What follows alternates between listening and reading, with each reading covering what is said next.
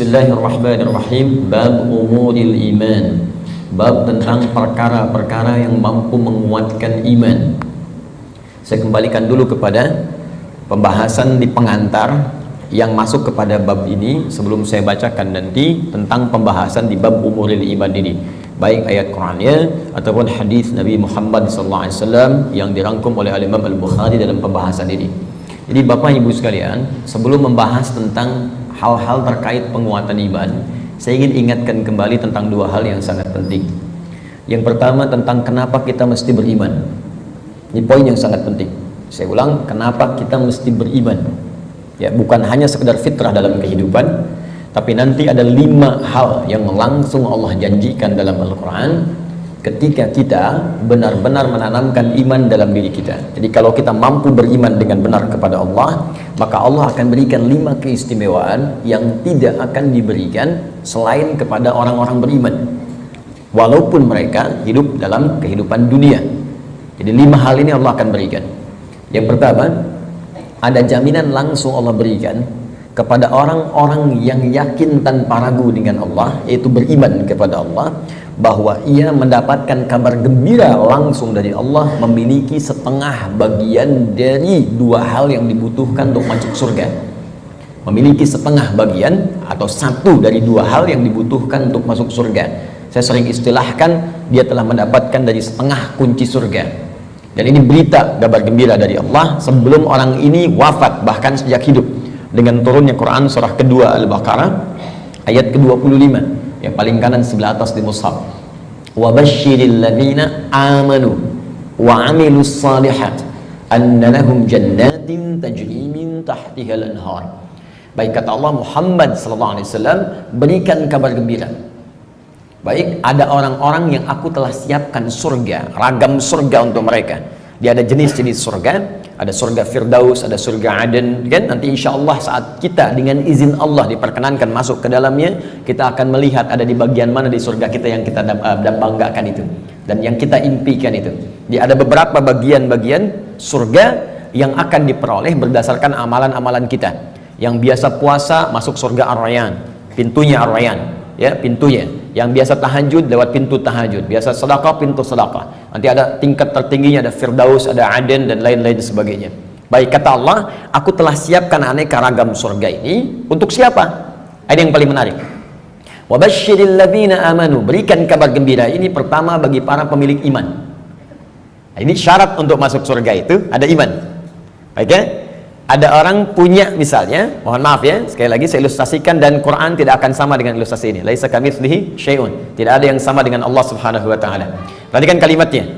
Misalnya begini, Anda akan datang misalnya ke istana, ya, diundang oleh presiden misalnya, atau penguasa tertentu. Maka orang ini memberi syarat. Anda boleh datang misalnya ke istana dengan catatan menggunakan pakaian yang rapi, spesifikasinya begini, pakai sepatu, jamnya jam sekian. Jelas ya? Maka ketika Anda menyalahi ketentuan itu, Anda tidak bisa masuk. Jelas? Satu itu. Yang kedua, pemilik sesuatu lebih tahu tentang ukuran dan kriteria apa, supaya kita bisa mendapatkan dari apa yang dimiliki oleh pemilik itu. Anda ingin ke istana, yang punya istana punya ketentuan. Anda nggak bisa bikin ketentuan sendiri. Jelas? Anda masuk komplek angkatan laut, maka komplek ini punya aturan yang harus diikuti. Tidak bisa Anda sendiri bikin aturan. Anda ingin ke surga, yang punya surga itu Allah. Maka Allah bikin aturan. Nggak bisa Anda bikin aturan sendiri. Kalau di rumah Anda sekarang, Anda yang punya aturan. Saya masuk ke rumah Anda, saya ikuti aturan Anda.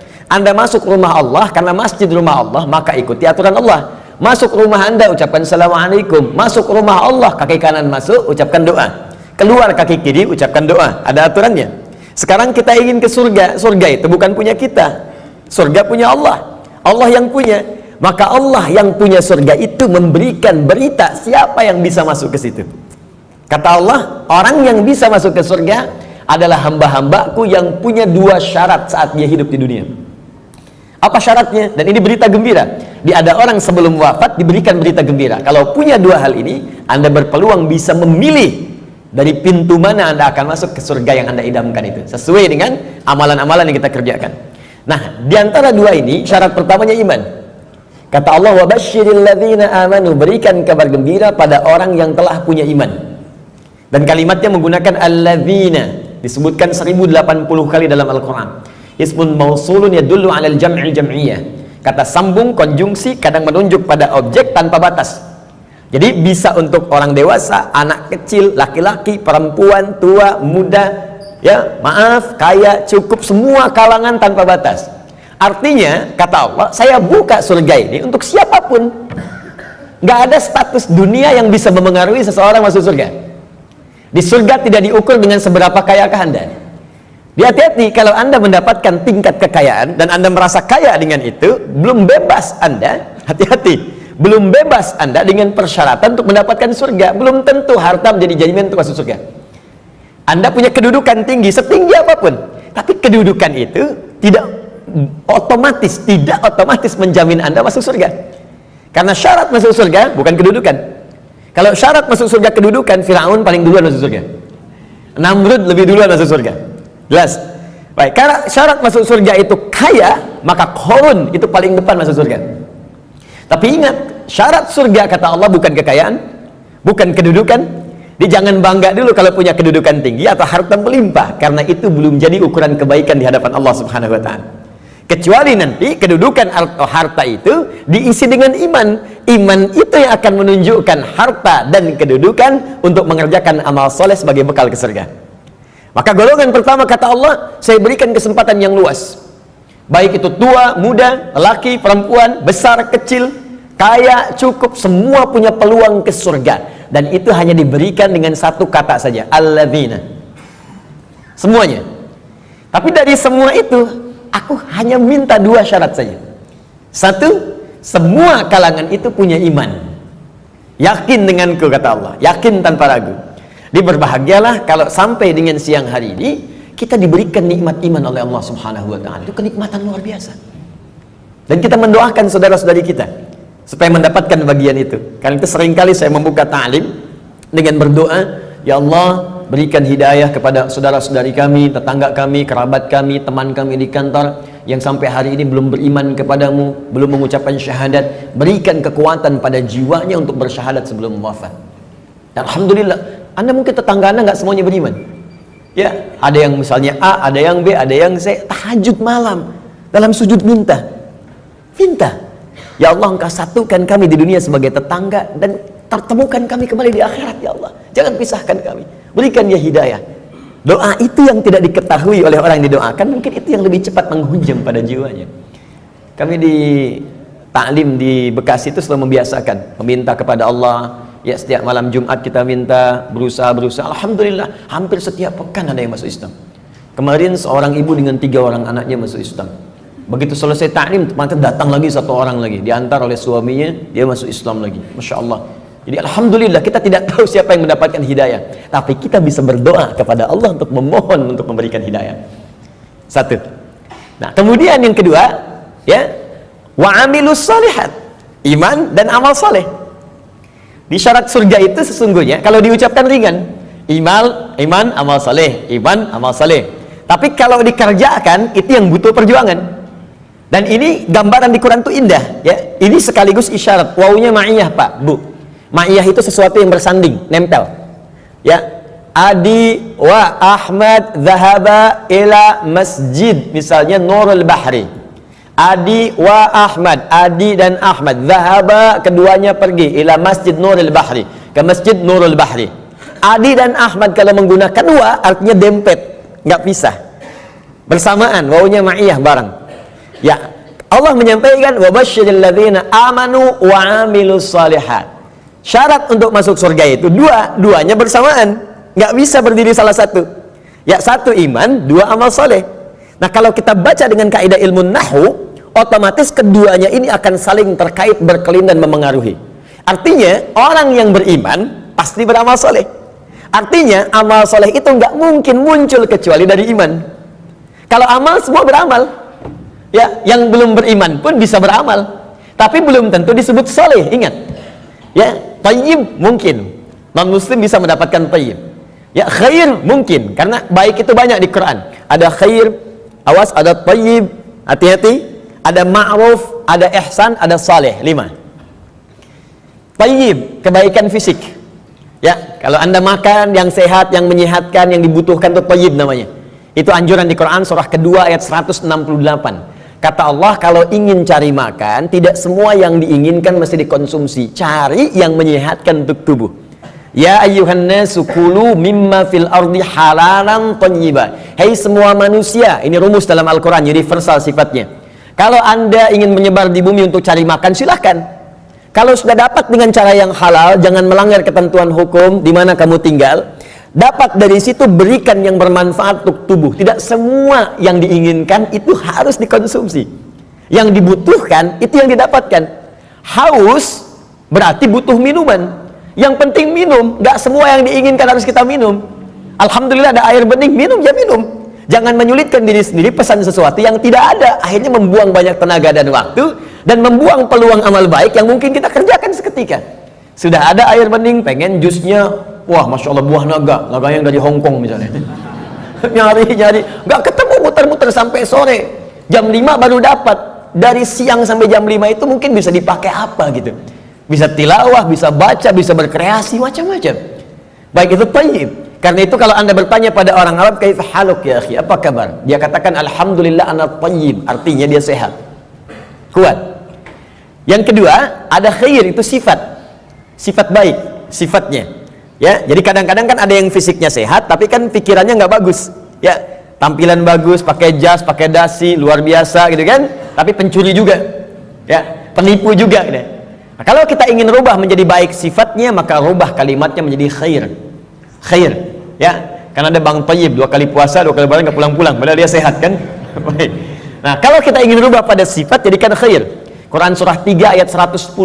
Kuntum khaira ummah. Orang Islam itu pasti sifatnya baik. Kata Allah, kalian umat terbaik. Sifatnya jujur, sabar, tawadu. Jadi kalau ada orang itu jujur, orang Islam tuh mesti lebih jujur. Kalau ada orang sabar, orang Islam lebih sabar. Kalau ada orang tawadu, rendah hati, yang muslim itu pasti lebih rendah hati. Cukuplah keislaman kita menjadikan kita baik, punya sifat baik.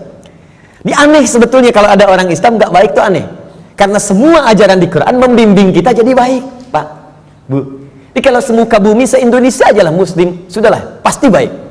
Jadi kalau ada orang Islam berbuat yang tidak baik, pasti ada yang tidak tepat dengan pelajaran keislamannya. Mustahil itu. Ya, mustahil ada orang Islam melakukan bom.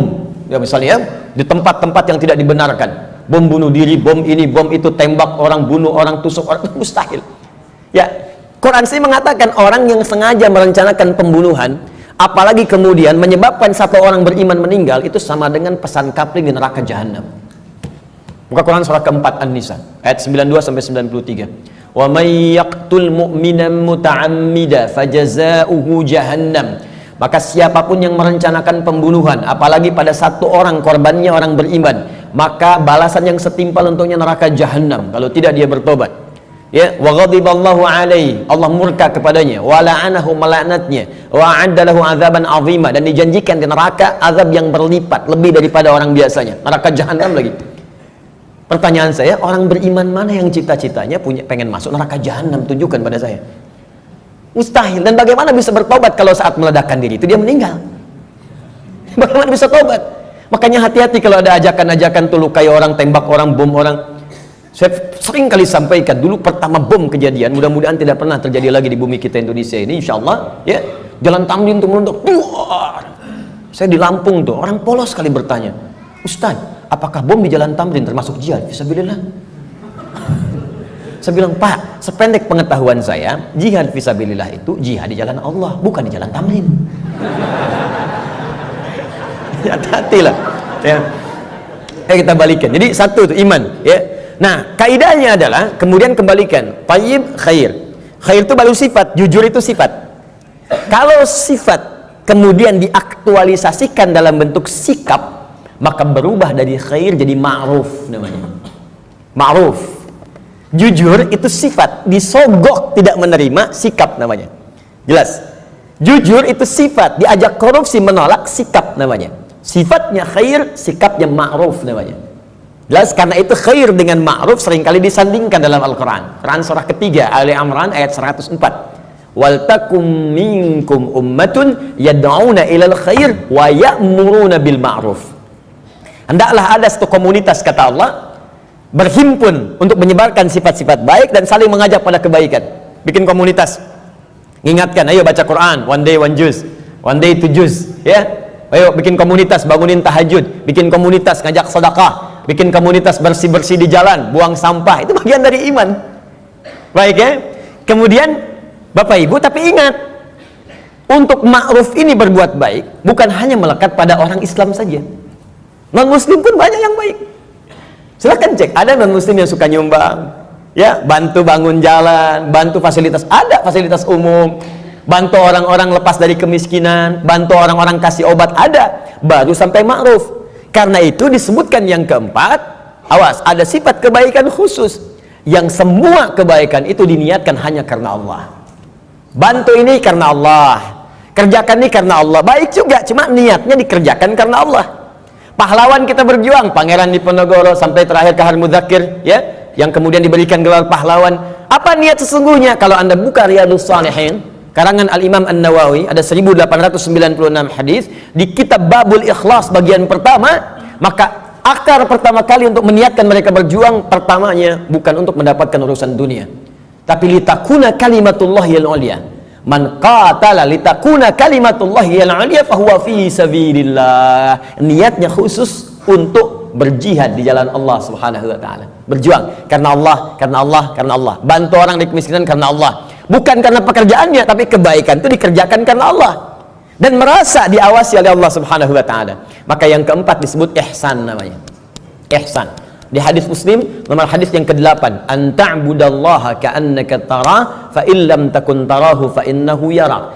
Engkau mengerjakan semua aktivitas yang baik sebagai ibadah karena Allah, seakan-akan diawasi oleh Allah, merasa diawasi walaupun kau tak mampu melihatnya. Itu terjemah yang baiknya.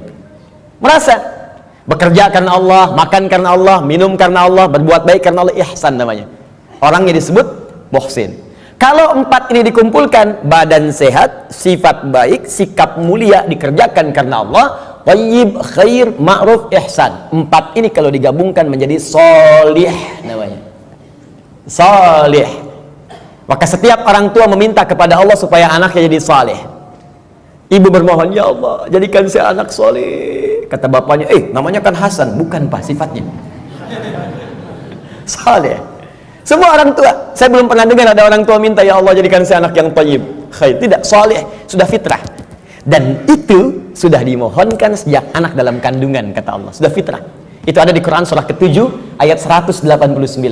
Falamma taghasyaha hamalat hamlan khafifa famarrat bi. Falamma athqalat da'awallaha rabbahuma la in ataitana sholiha lanakunanna minasyakirin. Ketika suami istri berhubungan sampai kemudian istrinya mengandung, kandungan ringan sampai dengan berat, tatkala kandungan semakin berat menjelang ke persalinan, kedua orang itu, suami dan istri, mulai berdoa kepada Allah. Fitrahnya sudah minta, ya Allah, mohon jadikan anak saya nanti saat lahir jadi anak yang saleh. Dengan itu ya Allah kami bersyukur dan akan mengganti semua sakit yang dirasakan oleh istri saya yang sedang mengandung ini. Saleh. Nah, apa yang menyebabkan seseorang soleh? Terkumpul empat ini, kata Allah, kalau iman ada dalam dirinya, maka semua pekerjaan dia akan dituntun menjadi soleh. Pekerjaan disebut amal, disatukan dengan soleh menjadi amal soleh. Di iman seseorang itu otomatis akan menuntun seseorang berbuat amal soleh. Jadi kalau ada orang punya iman gak beramal soleh, dipertanyakan bagaimana kualitas iman dalam dirinya, dipertanyakan. Karena otomatis Pak, Bu, kalau ada iman, kata Allah, itu otomatis membimbing dia, mengantarkan pada amal soleh.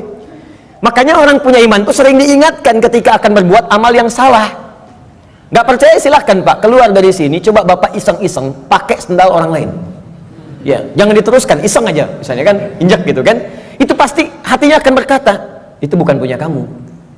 Itu imannya mengingatkan. Kalau iman semakin tinggi, Anda keluar dari masjid aja, kaki kanan keluar, ditarik lagi tuh. Anda akan tarik, karena yang keluar itu kiri, masuk kanan. Ke toilet, masuk kiri, keluar kanan. Tuh. Ya, itu semakin tinggi iman, maka iman itu akan mendorong Anda berbuat amal saleh dari ujung kepala sampai ujung kaki. Makanya saya sering katakan, di dalam Al-Quran, jika kita sudah punya iman, maka semua fungsi tubuh kita akan disebutkan imannya dulu sebelum menyebutkan fungsinya. Mata untuk melihat, sebelum melihat imannya dulu. Turun Quran surah 24 ayat 30 untuk laki-laki, 31 untuk perempuan. Qul lil mu'minina yaghuddu min absarihim. Untuk perempuan, wa qul lil mu'minati yaghuddna min absarihinna. Katakan pada pria-pria yang sudah punya iman, imannya dulu. Dan katakan pada perempuan-perempuan yang sudah punya iman, matanya hanya boleh dipakai melihat yang baik-baik saja. Kalau yang dilihat tak baik, maka imannya akan membimbing mata untuk memalingkan ke arah yang lebih baik. Memalingkan pandangan ke arah yang lebih baik disebut dengan ghaddul basar namanya. Anda menatap begini, Masya Allah, tapi yang ditatap istri orang. Maka iman berkata jangan teruskan, palingkan. Ya, proyek yang tidak baik gak akan dilihat. Ya, barang yang bukan milik Anda nggak akan dilihat, palingkan. Gambar-gambar yang tak seronok, palingkan. Jelas ya? Nah, itu iman. Silahkan cek semua fungsi tubuh kita. Itu umumnya sebelum disebutkan imannya dulu. Lisan, Quran surah 49 ayat 11. Itu sebelum disebutkan fungsi lisan, iman dulu. Ya ayyuhalladzina amanu la yaskhar qaumin qaum. Ayat 12-nya, ya ayyuhalladzina amanu la yaghtab ba'dukum ba'dha. Pokoknya setiap tubuh ini mau bergerak, iman dulu.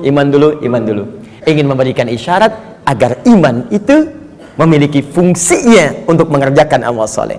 Kenapa diminta beramal soleh? Supaya masuk surga, itu Pak. Dan supaya kita nggak capek, diberikan setengahnya oleh Allah, tinggal setengah lagi.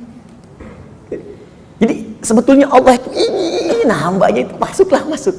Cuman karena hikmah kehidupan menjadikan kita mesti berikhtiar, saking baiknya Allah dikasih setengah. Ayo setengah diambil. Bahkan setengah ini diberikan dalam kandungan. Cuman sayang, fa'abawahu yuhawidani au yunasrani au yumajjisani.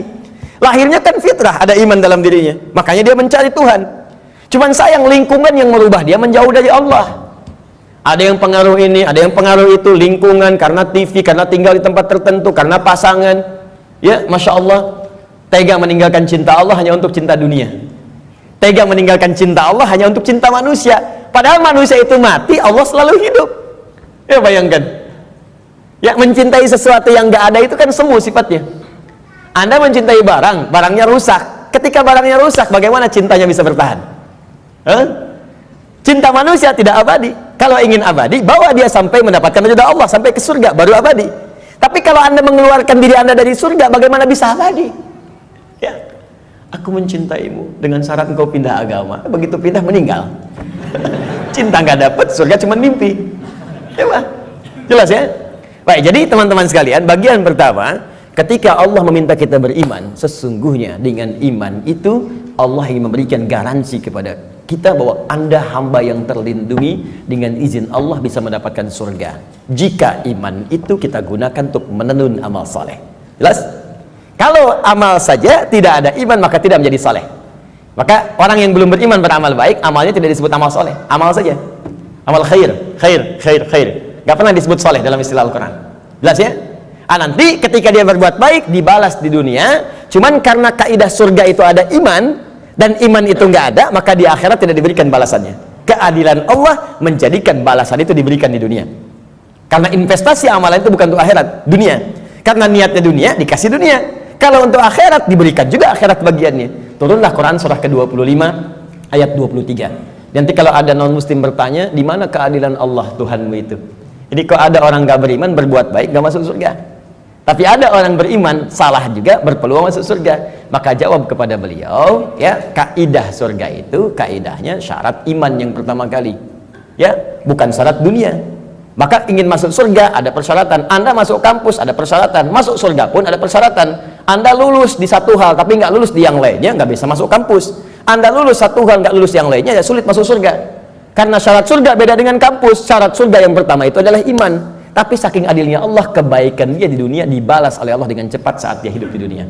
Maka turun ayat, wa qadimna ila ma'amilu min amalin faja'alnahu haba'an manthura. Jika ada orang belum beriman berbuat baik, kata Allah, saya akan cepat balas kebaikannya saat di dunia.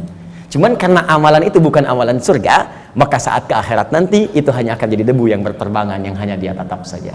Jelas sampai sini? Dan ini ayat turun karena pertanyaan Sayyidah Aisyah radhiyallahu taala anha kepada Nabi, ya Rasulullah, si fulan orang baik, suka berbagi, cuman nggak beriman sampai saat ini, bagaimana statusnya? Turunlah kemudian ayat ini. Jelas? Jadi kalau ada yang bertanya lagi sekarang, katakan Anda terlambat Pak, 15 abad yang lalu sudah ada pertanyaan Sayyidah Aisyah tentang itu.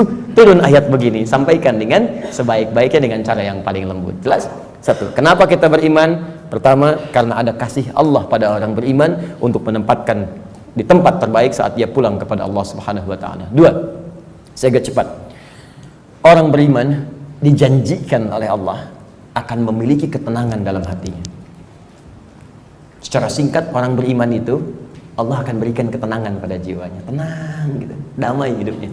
Jaminannya ada di Quran surah ke-48 ayat yang keempat. Walladzi anzalas sakinata fi qulubil mu'minin liyazdadu imanan ma'a imanihim. Dialah Allah yang akan menanamkan ketenangan pada jiwa orang-orang beriman supaya dia yakin dengan keimanannya. Nikmat juga beriman, jadi tambah lagi imannya, tambah lagi imannya. Ini kata Allah, orang beriman itu pasti tenang, dan ketenangan itu mahal Bu, sulit dicarinya. Ibu silahkan cari harta dengan suami sekaya apapun, sulit membeli ketenangan itu nggak ada. Ada toko yang jual ketenangan? Nggak ada. Dan mahal. Kalau nggak percaya begini Bu ya, saya berikan pilihan, tapi ibu bapak jangan pilih yang ketiga ya, terutama ibu. Ya, jangan pilih yang ketiga. Kaya tapi gelisah atau miskin tapi tenang. Ayo. Nggak ada pilihan ketiga dan nggak usah maksa. Kaya tapi gelisah atau miskin tapi tenang. Pilih mana? Tuh. Oke? Banyak orang kaya tapi nggak tenang. Ada yang bunuh diri, ada yang tembak diri sendiri, ada yang lompat ke depan rel kereta. Ada yang saking kayanya bingung, akhirnya nanam cabai, bikin kangkung, metikin cabai, metikin tomat. Terus Anda ngapain? Kalau cuma numpukin harta buat metikin tomat, petani kita nggak kaya-kaya amat bisa metikin tomat juga. Coba lihat, Anda bayangkan. Jadi tidak selalu Bapak Ibu sekalian kekayaan itu bisa berkonotasi seimbang, equal bisa dengan ketenangan, belum tentu. Tapi iman itu jaminan dari Allah, orang beriman itu pasti tenang. Ada kedamaian dalam jiwanya. Enak gitu. Bahkan kalau sudah dapat halawatul iman, bukan cuma kedamaian, Allah akan berikan ketenangan dalam kehidupannya dalam bentuk keamanan, aman dari gangguan, tenang, nikmat. Maka diturunkan oleh Allah Quran surah ke-18 ayat 13. Saking tenangnya, tidur di gua aja enak. Bayangkan, gua loh fasilitasnya tahu sendiri lah. Di gua ya sudah, maaf, cahaya sudah terbatas, hampir tidak ada. Makanan bagaimana mendapatkannya, tempat tidurnya kemudian juga pasti keras. Tapi kok bisa ada yang tidur di gua selama 309 tahun? Saking enaknya tidur, gak ada yang ganggu Pak Bu, nikmat. Ya, yang memberikan nikmatnya Allah, dari kanan kiri, matahari diatur oleh Allah, terbit di sini, terbenam di sini, selalu tersinari di dalamnya. Sehat-sehat aja, bangun 309 tahun, Anda bayangkan. Ya, ada orang sekaya-kayanya baru 3 menit udah bangun lagi, pling, telepon muncul. Di pejabat memang bagus, kedudukan tinggi, tapi setiap 3 detik kerja ini, kerja itu. Baru tidur sebentar, bangun lagi, Pak ada kejadian begini, bangun. Ini 309 tahun tidur cuman di gua, fasilitas hampir nggak ada, tapi jaminan itu ada. Maka di ayat 13 di surat Al-Kahf, surat gua, ya, nahnu naqussu 'alaika naba'ahum bil haqq innahum fityatun, belum selesai, amanu bi rabbihim wazidnahum huda. Kata Allah, kami akan kisahkan pada Anda tentang kisah yang sebenar-benarnya, tanpa dikurangi, tanpa ditambahkan, sebenarnya hak. Jadi ada sidqun, ada hak. Kalau sidqun mayahtamilu sidqa wal kadzib, kadang benar kadang tidak, tapi kalau hak pasti benar, nggak bisa ditolak. Matahari terbit di timur, terbenam di barat, hak. Karena itu semua yang hak sumbernya hanya kepada Allah. Al-haqqu mir rabbika fala takunanna minal mumtarin. Al-Baqarah 149. Al-haq. Nah, sekarang kembalikan. Kata Allah, kami akan kisahkan pada Anda kisah yang sebenar-benarnya. Ya, tanpa kamuflase, tanpa rekayasa. Innahum fityatun, kisah tentang para pemuda yang berlindung di gua. Diberikan oleh Allah keamanan, dikejar-kejar. Bukan sekedar dipersekusi, bukan sekedar diintimidasi. Ya, maaf, bisa dieksekusi. Berlindungnya di gua, tapi nikmat sekali di gua itu, bisa tidur enak, nyaman, makan juga kenyang, langsung diisikan di perutnya, tidur bolak-balik, gak ada yang ganggu. 309 tahun Anda bayangkan. Ya. Salatu mi'atin wazdada tis'a, 309 tahun. Siapa mereka? Innahum fityatun, sungguh mereka itu para pemuda, tapi bukan pemuda biasa. ada sesuatu yang melekat pada dirinya. Amanu, yang sangat beriman kepada Allah. Pesan ayat ini, ya, kata para pakar Al-Quran, sesungguhnya ingin memberikan pesan pada generasi mendatang. Jadi ada kaidah di tafsir itu begini, kalau nggak disebutkan siapa orangnya, kapan kejadiannya, maka pesan yang berlaku di ayat itu akan berulang kemudian di masa-masa yang akan datang dengan konteks yang berbeda.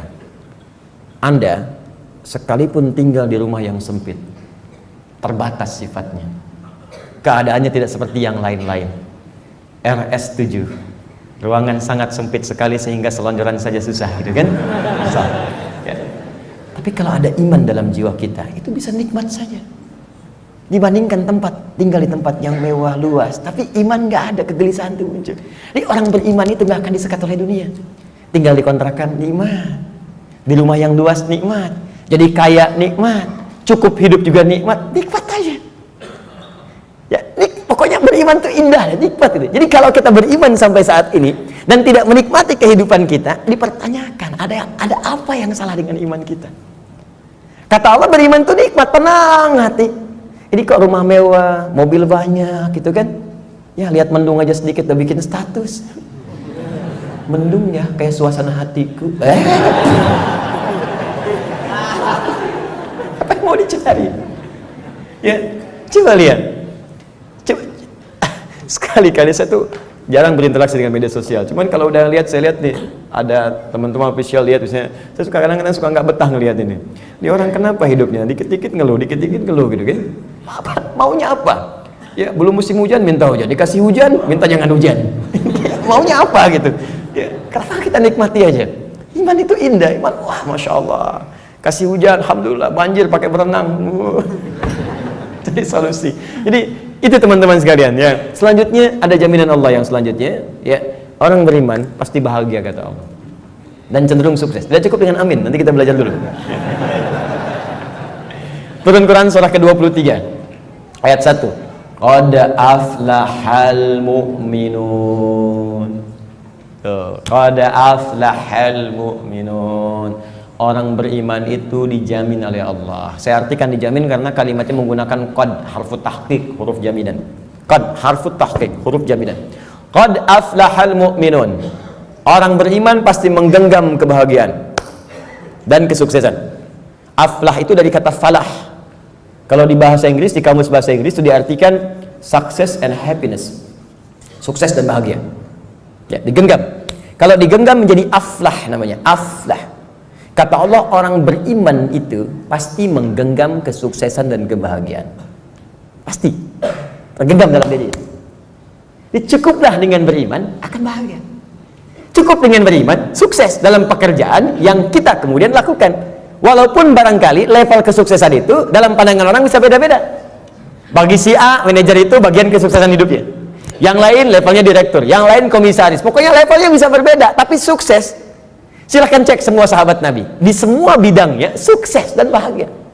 Ali bin Abi Thalib dengan pengajar, cita-citanya menjadi pengajar dan menikmati itu, walaupun kekayaan secara kekayaannya, ya sifat materinya mungkin terbatas, tapi beliau merasakan kebahagiaan dan merasakan kesuksesan dengan itu.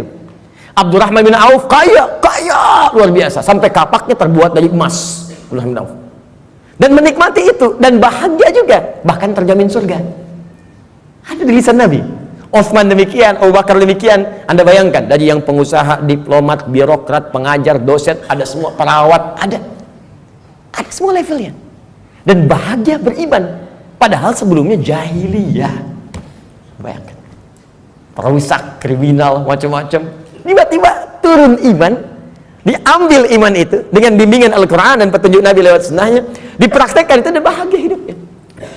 Coba cek. Ini sebetulnya yang bahagia itu ungkapannya sederhana. Bahagia itu sederhana ketika iman tertanam dalam jiwa. Kalau dunia relatif, bahagia itu sederhana, cukup dengan secangkir kopi. Bagi tukang kopi, tukang teh tidak, ya kan? Bagi yang minum teh, yang minum kopi tidak. Nah, jadi teman-teman sekalian, iman. Nah, sekarang maksud saya begini, kita ingin evaluasi. Kalau sampai siang hari ini, iman yang sudah Allah tanamkan di jiwa kita belum sampai melahirkan hal-hal tadi, maaf ya kalau bicara surga belakangan, karena itu hak prerogatif Allah Subhanahu wa taala. Kita hanya berikhtiar. Apakah iman itu sudah membuat diri kita tenang? sudah membuat kita bahagia? Apakah iman itu sudah membimbing kita sukses dalam hidup? Dan puncaknya, apakah iman itu sudah membimbing kita beramal soleh?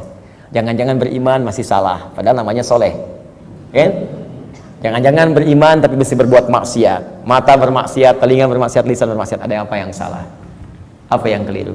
Maka Al-Imam Al-Bukhari mengumpulkan hadis-hadis Nabi untuk mendapatkan petunjuk dari hadis-hadis itu, bagaimana mengerjakan amalan-amalan yang bisa menguatkan iman sehingga iman kita membimbing kita untuk beramal soleh. Maka muncullah bab ini, bab umuril iman.